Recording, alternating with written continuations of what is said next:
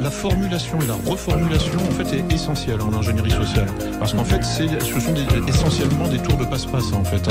Je veux dire le mentalisme par exemple est étudié par les services de renseignement et qui en fait s'inspire depuis des dizaines d'années. C'est les Britanniques qui sont très forts là-dedans, mais pas que, tous les services de renseignement, de sécurité, etc. Jouent à fond sur la perception. Il y a même une expression, c'est le management de la perception. Donc dans le bouquin là, je rapporte une citation de Laurent Soli qui était conseiller de Sarkozy et qui disait, je sais plus, en 2007 ou quelque chose comme ça, en fait que la réalité n'a aucune importance, c'est la perception qui compte. Et donc là, en fait, on entre justement dans cet aspect absolument fascinant. C'est que la parole est créatrice. En fait, ce que vous dites, c'est nous qui les gens de pouvoir, c'est nous qui fabriquons la réalité, et c'est cette réalité qui est intéressante, pas le réel, voilà. Voilà, qui est tout à fait secondaire. Et donc, en fait, là, moi j'ai appelé ça un peu par dérision du reality building en anglais. Construction de la réalité. Voilà, du constructivisme. Et en fait, ça consiste, ça repose sur un principe très simple, qui est celui de l'hypnotiseur. L'hypnotisé prend la parole de l'hypnotiseur pour sa réalité. En fait, quand vous êtes sous hypnose, l'hypnotiseur va vous dire, vous êtes un oiseau, vous pouvez sauter par la fenêtre et voler. L'hypnotisé va le faire, parce qu'il croit, parce que dans sa réalité, construite avec des mots, ce ne sont que des mots, il y croit. Et donc la croyance, en fait, se superpose au réel. Et la croyance, ensuite, va façonner le réel.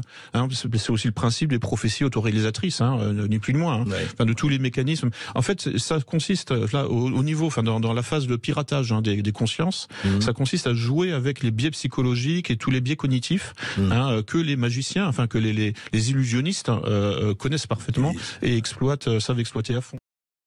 Monsieur Darmanin était très affirmatif quand il a dit que non, les gendarmes n'ont pas lancé de LBD en quad.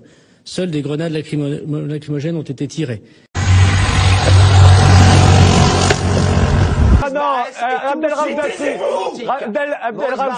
Il n'y avait pas eu de LBD utilisé sur des quads. Or, vous l'avez rappelé, vous avez raison, madame, cet usage-là des LBD sur un véhicule lancé à pleine vitesse est totalement proscrit. Pourquoi ? Parce qu'il accroît la probabilité d'un tir létal. Et il accroît très nettement la probabilité que le tir cause des blessures graves. Voilà pourquoi c'est interdit. Ils le savent parfaitement. Le ministre a tenté un coup de bluff, donc il a menti.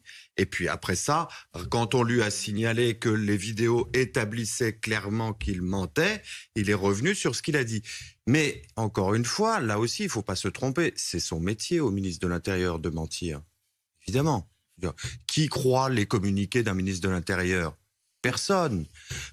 Mais par contre, ce qui est très grave, c'est de savoir comment les inspections générales vont pouvoir fonctionner en totale indépendance pour établir exactement ce qui s'est passé. Or, on a des précédents sur des blessures qui ont été infligées et le traitement administratif extrêmement long, les obstacles à la vérité, les obstacles à l'enquête, des choses qu'on n'admettrait pas dans des affaires courantes, l'État les admet pour lui-même. Parce qu'il est lui aussi en conflit d'intérêts, puisqu'il est en train d'enquêter sur son corps propre. Qui admettrait ça dans une entreprise, qu'une enquête interne, par exemple, soit menée par le président du conseil d'administration? Personne. Voilà, c'est ça le sujet qui vous est posé.